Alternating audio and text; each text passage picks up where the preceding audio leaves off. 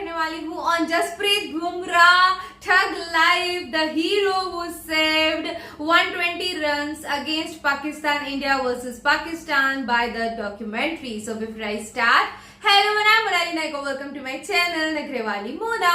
और अगर आपने मुझे अभी तक सब्सक्राइब नहीं किया होगा तो please to subscribe my channel. So let's go. 10 wicket से हार के बाद विश्व क्रिकेट में भारत अपना वर्चस्व खो चुका था। Since 1992, Pakistan cricket fans have been waiting for the day when they could finally celebrate a win over India. First loss for India in a World Cup match against Pakistan, thrashed by the men in green by 10 wickets in what was a completely one-sided encounter. We made a decent total out of our situation, we thought, and we thought we could put them under pressure, but they did not let us come into the game at any stage. Virat द्वारा बनाई गई वो सल्तनत उस दिन रातों रात तबाह हो चुकी थी। पाक के हाथों मिली वो हार एक बार फिर से संपूर्ण भारत के सामने थी। लेकिन लायन, टाइगर, चीता, they are very dangerous, but not in Jurassic Park.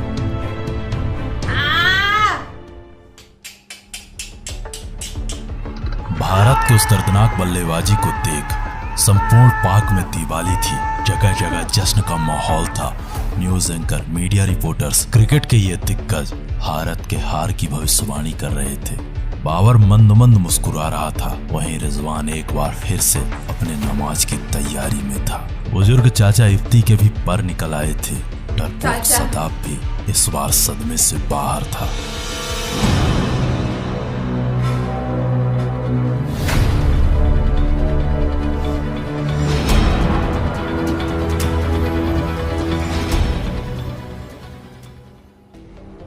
दरअसल ये कहानी है इंडिया पाक 2024 के महामुकाबले की।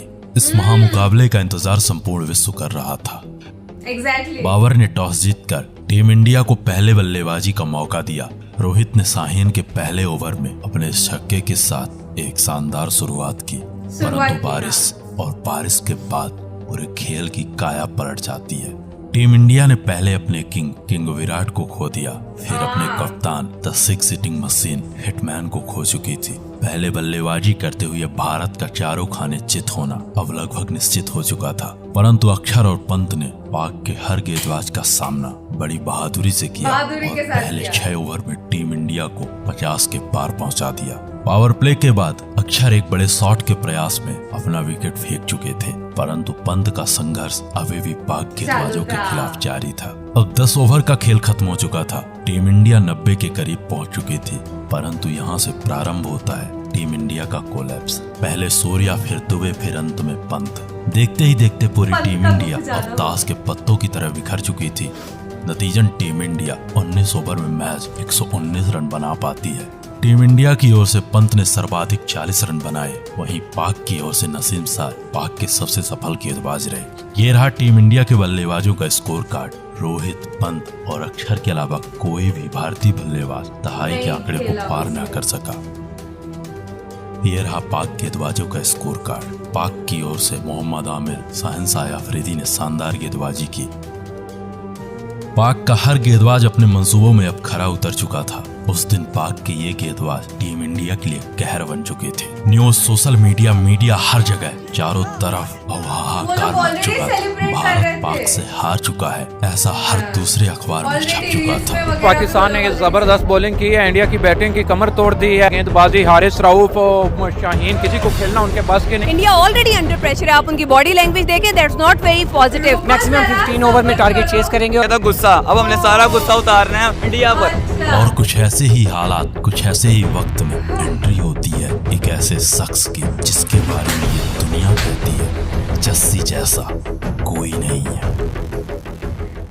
ये मैच जीतने के लिए पाक को अगली 120 गेंदों में 120 रनों की जरूरत थी। अब लगभग सबको विश्वास हो चुका था कि ये मैच 99% भारत हार चुका है। सबके जहन में 2021 की वो रात एक बार फिर से जिंदा हो चुकी थी। मैच प्रारंभ होता है। बाबर और रिजवान मैदान पर उतर चुके थे। हिटमैन ने पहला ओवर फेंकने के लिए अर्शदीप को मैदान पर उतार दिया। अर्श ने अपने पहले ओवर में 9 रन खर्च कर दिए। पारी का दूसरा ओवर फेंकने के लिए हिटमैन ने मोहम्मद सिराज को मैदान पर उतार दिया। हिटमैन की यह कैप्टनसी सबके समझ से परे थी। सबके जहन में सिर्फ एक ही सवाल था कि ब्रह्मास्त्र बुमराह का उपयोग आखिर हिटमैन कब करेगा। अब 2 ओवर का खेल खत्म हो चुका था। पाक के खाते में महज 15 रन थे। तीसरा ओवर फेंकने के लिए हिटमैन ने अब बुमराह को बॉल थमा दी। ये ओवर बुमराह के लिए बेहद अनलकी रहा, क्योंकि तीसरे ओवर की चौथी बॉल पर रिजवान का ये शॉट और बॉल सीधे दुबे जी के हाथ पर। मोहम्मद रिजवान का एक आसान सा कैच शिवम दुबे के हाथों से छिटक चुका था। अब 3 ओवर का खेल खत्म हो चुका था। पाक के खाते में 19 रन थे। 5वें ओवर को फेंकने के लिए एक बार फिर से कप्तान हिटमैन ने बुमराह के हाथ में बॉल थमा दी। 5वें ओवर में बुमराह ने बाबर का टावर उखाड़ फेंका। बाबर सूर्या के हाथों स्लिप में पकड़ा गया। बाबर का टावर उड़ता देख संपूर्ण पाक को यकीन हो चुका था कि बुमराह नाम की साथी से अब बच पाना लगभग नामुमकिन है। परंतु ऐसे हालात में टुक-टुक रिजवान ने अपना संघर्ष जारी रखा। मोहम्मद टुक-टुक का ये टुक-टुक देखकर उस्मान खान ने भी अपना टुक-टुक प्रारंभ कर दिया। पाक के पारी के 6 ओवर खत्म हो चुके थे। पाक के खाते में महज 35 रन थे। ये मैच बचाने के लिए पाक को अगले 14 ओवर में 85 रनों की आवश्यकता थी। परंतु पाक के ये दोनों बल्लेबाज अगले 4 ओवर में महज 22 रन बना पाते हैं और 10 ओवर की समाप्ति तक पाक का स्कोर महज 57 रन था। अब यहाँ से ये मैच जीतने के लिए पाक को अगले 63 रनों की आवश्यकता थी। परंतु हिटमैन का एक दाव और उस दाव में उस्मान खान चारों खाने चित हो गए। दरअसल 11वें ओवर की पहली बॉल उस्मान खान के पैड पर जा लगी। अंपायर का डिसीजन नॉट आउट, फिर कप्तान का रिव्यू और उस रिव्यू के बाद ये मैच पूरी तरह पलट चुका था। उस्मान के बाद फकर जमान ने आते ही कुछ बड़े शॉट्स लगाए, परंतु हार्दिक के स्पॉन्सर के सामने फकर जवान की ये कहानी अब खत्म हो चुकी थी। गिरते विकेटों के साथ मियां टुक-टुक का टुक-टुक और तगड़े लेवल पर जारी हो चुका था। मियां टुक-टुक के संघर्ष को देखकर 15वें ओवर की पहली बॉल पर बुमराह ने मौलवी रिजवान को क्लीन बोल्ड कर दिया। मौलवी रिजवान बुमराह की इस बॉल पर 3 स्टंप 2 गिल्लियों के साथ 5 खाने चित हो चुका था। बुमराह की इस ओवर ने पूरे मैच की काया पलट दी। अब 15 ओवर का खेल खत्म हो चुका था। पाक को ये मैच जीतने के लिए अगली 30 गेंदों में 37 रनों की आवश्यकता थी और इन 37 रनों को बनाने के लिए इमाद वासिम के साथ सदाब खान मैदान पर थे। परंतु 16वें ओवर में अक्षर पटेल का ये किफायती ओवर पाक के मुंह से लगभग इस जीत को छीन चुका था। पटेल के सामने इन दोनों बल्लेबाजों की घिघी बच चुकी थी। इमाद वासिम का ये बल्ला मियां टुक-टुक की कमी पूरी कर रहा था। वहीं सदाब खान अभी भी सदमे में था। अब 17 ओवर का खेल खत्म हो चुका था। पाक का स्कोर 90 पर 5 विकेट था। अब अगली 18 बॉलों पर पाक को ये मैच जीतने के लिए 30 रनों की आवश्यकता थी। इन 30 रनों को बनाने के लिए इफ्ती चाचा ने बुमराह के सामने बहुत प्रयास किया, परंतु बुमराह ने चाचा को एक लाइन कही, चाचा वाले चाचा थोड़ा रेस्ट कर लीजिए वरना रेस्ट इन पीस हो जाएंगे। और चाचा के इस विकेट को उखाड़ फेंका। अब ये मैच आखिरी 6 गेंदों पर निर्भर था और डिसाइड होने वाला था कि इस मैच का विजेता कौन है। लास्ट ओवर की पहली बॉल इमाद वासिम आउट। अगली बॉल नासिम शाह का 1 रन। 20वें ओवर की तीसरी बॉल शाहीन शाह का 1 रन। चौथी और 5वीं बॉल पर नासिम शाह ने बैक टू बैक 2 चौके लगाए, लेकिन तब तक ये जीत टीम इंडिया के कब्जे में आ चुकी थी। 120 गेंदों में 120 रनों का ये टारगेट पाक के लिए एक माउंट एवरेस्ट बन चुका था। पाक के ये नंबर 1 बल्लेबाज टीम इंडिया के धाकड़ गेंदबाजों के सामने 120 गेंदों में 120 रन न बना सके। मिड इनिंग के दौरान इंडियन बल्लेबाजों को ट्रोल कर रहे पाक के ये एंकर्स इस पारी के बाद अपनी टीम पर रंडी रोना चालू कर चुके थे। अगर पाकिस्तान जीत जाता है तो समझे बहुत हद तक पाकिस्तान को फायदा होगा। पाकिस्तान अगर इंडिया से जीत गया तो बासित भाई आप भंगड़ा डालेंगे? हम उनको यही कहना चाहेंगे कि आप वर्ल्ड कप जीते ना जीते हैं, आप इंडिया से आज जरूर जीते हैं। मेरी ये सराय बताते 100% पाकिस्तान इंडिया को मैच जिता देगा। जरा आंखें नम हुई, रोना भी आया और मेरे ख्याल में कल होने वाली हार हमारी सबसे बुरी हार थी। दुनिया भर के सामने बेइज्जती हुई है। Indian fans were literally laughing. मैं माफी चाहता हूं, माफ कर दो। आज के बाद मैं पाकिस्तान और इंडिया का मैच होगा, मैं कभी भी पाकिस्तान टीम को सपोर्ट नहीं करूंगा भाई। बाबर आजम अपने कमरे से बाहर नहीं निकले, उनके वालिद साहब कह रहे हैं और हमारे खिलाड़ी जो है वो खाना नहीं खा रहे। क्या कहूँ मैं, कहाँ तक सुनोगे, कहाँ तक सुनाऊं, हजारों शिकवे हैं, क्या क्या बताऊं। बासित भाई कल आपकी आंखों में आंसू भी आ गए थे, इतनी तकलीफ हुई।